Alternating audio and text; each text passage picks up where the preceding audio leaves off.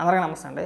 నేను చాలా సందర్భాల్లో మీకు చెప్తా ఉంటా, ఏదైనా సరే జగన్మోహన్ రెడ్డి కానీ, జగన్మోహన్ రెడ్డి నాయకులు కానీ, లేదంటే సాక్షి పత్రిక కానీ, సాక్షి టీవీకి కానీ ఏదైనా ఒక ఇష్యూ వచ్చినప్పుడు ఇమీడియట్గా స్పందించరండి. ఒకవేళ అది ఏ ఇష్యూ అయినా సరే ఇమీడియట్గా స్పందించరు. వాళ్ళ తప్పు ఉంటే ఇమీడియట్గా స్పందించరు. ఒక వారం 10 రోజుల తర్వాత మెల్లిమెల్లిగా దాన్ని వక్రీకరించి చెబుతూ ఉంటారు. ఎందుకంటే జనం ఆల్రెడీ మర్చిపోతారు కదా అనే ఉద్దేశంతో అనమాట. ఉదాహరణకి సింగయ్య అంశం తీసుకోండి. నిన్నటి వరకు ఎవరో మాట్లాడాలా, ఎవరో స్పందించాలా, అందరూ కూడా దాన్ని రకరకాలుగా తిప్పి అది ఏ వీడియో అని చెప్పేసి అని ఇంకోటని చెప్పడం మొదలుపెట్టారు. కానీ ఎవరు నమ్మలా. ఇవాళ సాక్షిలోని ఒక వార్త రాసుకొచ్చారండి. నేను చదివిన తర్వాత నాకేమనిపించిందంటే, ఇలా అసలు మనిషి పుట్టక ఎలా పుట్టారా అనిపించింది. ఒకసారి ఇక్కడ క్లిప్ కూడా పెట్టే ప్రయత్నం చేస్తా చూడండి. బాబు కల్పిత మరణ దృశ్యం అంట. ఇక్కడ ఏమని రాసుకొచ్చారంటే, ఒకటి గాయాల పాలైన సింగయ్య ఎవరైతే ఉన్నారో అతను రోడ్డు మీద పడుకొని కాలు మీద కాలు వేసుకున్న ఫోటో ఒకటి, రెండోది జగన్ కారు టైరు అతని తలపైకి ఎక్కుతున్న దృశ్యం ఒకటి. ఈ రెండు పెట్టి వాడి కింద ఏమని రాశాడంటే, జగన్ ప్రయాణిస్తున్న కారు కింద సింగయ్య పడినట్లుగా టీడీపీ దర్శకత్వంలో ఎల్లో మీడియా పోలీసులు ప్రచారం చేస్తున్న ఫేక్ వీడియో అంట. రెండోది ప్రమాదం జరిగిన 30 నిమిషాల తర్వాత కూడా కాలుపై కాలు వేసుకొని మామూలుగా మాట్లాడుతున్న సింగయ్య. మరి నువ్వు మనిషివా దున్నపోతురా? నాకు అర్థం కావట్లా. ప్రమాదం జరిగిందా? మనిషి దగ్గర ఓపిక లేదా? చావుబోతుకుల మధ్యన ఉన్నాడా? కాలు మీద కాలేసుకుని హుషారుగా ఉన్నాడా? మేము లేజోడిచ్చి కొట్టాలి. అసలు ఎప్పుడు స్పందించాలి మనం? ఏమండి, 18వ తారీఖున ఘటన జరిగింది. ఘటన జరిగిన 2-3 రోజుల తర్వాత వీడియో బయటకు వచ్చింది.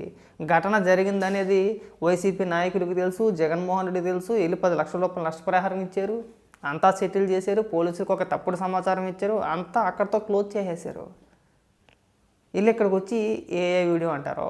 మరి పైగా అక్కడ ఏమైనా రాసుకొచ్చారంటే, సింగయ్యను పచ్చ బ్యాచ్ చంపేసిందా అంటే, అంబులెన్స్ ఎక్కించేంత వరకు కూడా సింగయ్య బ్రహ్మాండంగా ఉన్నాడు.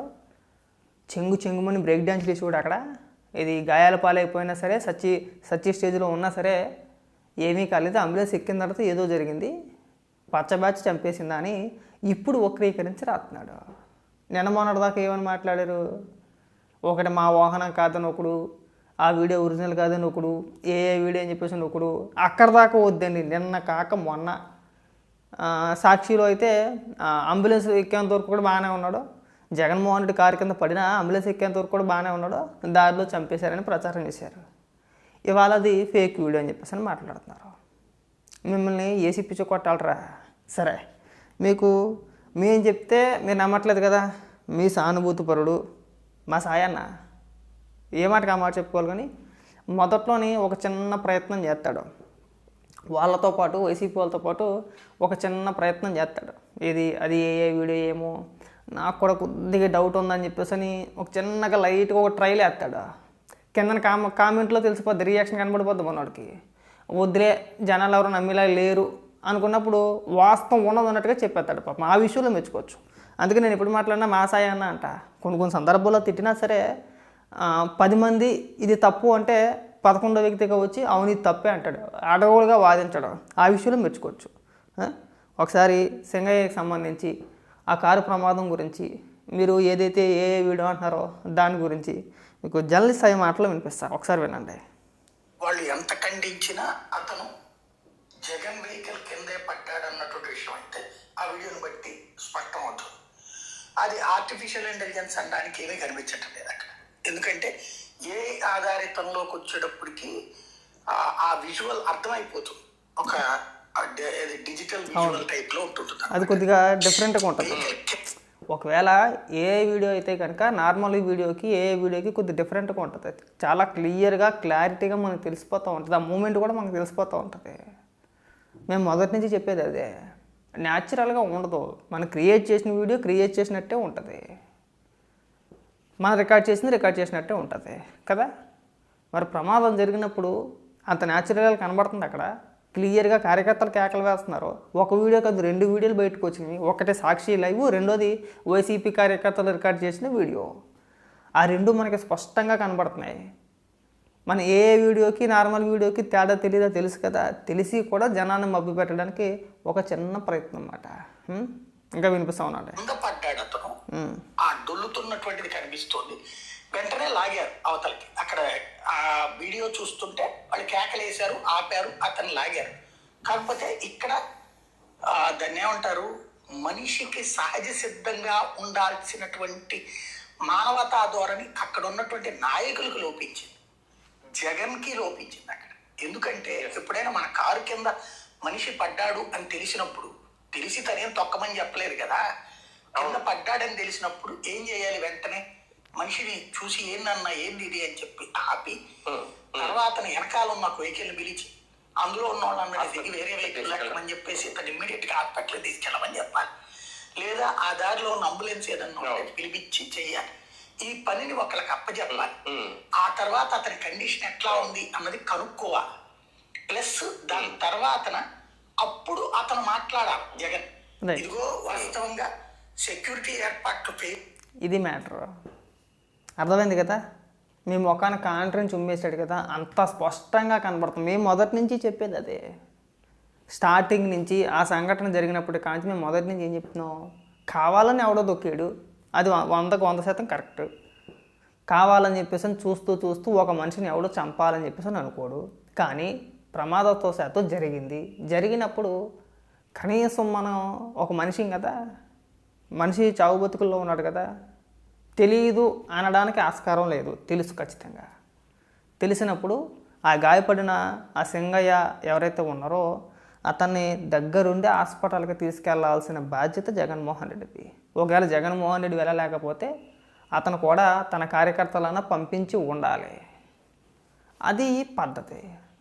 వెళ్ళాడు, వచ్చాడు, 18వ తారీఖున ఘటన జరిగింది, ఒక వ్యక్తి చనిపోయాడని తెలుసు, ఒక 10 లక్షల రూపాయలు ఇచ్చి సెటిల్ చేసేసారు, అయిపోయింది, అన్నీ క్లోజ్. ఆల్రెడీ పోలీసులకు ఒక తప్పుడు సమాచారాన్ని ఇచ్చారు, ఒక కారుని సీజ్ చేశారు, ఒక వ్యక్తిని అదుపులోకి తీసుకున్నారు. అదుపులోకి తీసుకున్న వ్యక్తి చెప్పిన సమాధానం మ్యాచ్ అవ్వలేదు. ఆ తర్వాత వీడియో బయటకు వచ్చింది. వీడియో బయటకు వచ్చిన తర్వాత అందరూ కూడా ఆశ్చర్యపోయారు. తెలియదు అనడానికి ఆస్కారం లేదు. అక్కడ పడింది జగన్మోహన్ రెడ్డి కారు కిందే. పైగా ఆ కారులో విడదల రజని, పేరుని నాని, ఇంకొంతమంది ముఖ్య నాయకులు అదే కారులో ఉన్నారు. డ్రైవర్కి తెలుసు ఇలా తొక్కేసామని చెప్పేసి అని. డ్రైవర్ ఏమి ఎక్కడెక్కడో ఉండాలి కదా, అదేమి ఆర్టీసీ బస్సో విమానమో ఇంకోటి కాదు కదా. మనం ఇక్కడ కూర్చుంటే డ్రైవర్ ఎక్కడో ఉన్నాడు అంటే మన ముందే ఉంటాడు డ్రైవర్. డ్రైవర్కి తెలిసినప్పుడు వెనకాతల వ్యక్తులకు తెలీదా? అంటే పేరు నాని కావచ్చు, విడతల రజని కావచ్చు, ఇంకొంతమంది ముఖ్య నాయకులు కావచ్చు, వాళ్ళకి తెలీదా? వాళ్ళకు కూడా తెలిసే ఉంటుంది. వాళ్ళకి తెలిసినప్పుడు ఆటోమేటిక్గా జగన్మోహన్ రెడ్డికి ఎవరో ఒకరు చెబుతారు, చెప్పకుండా ఉండరు.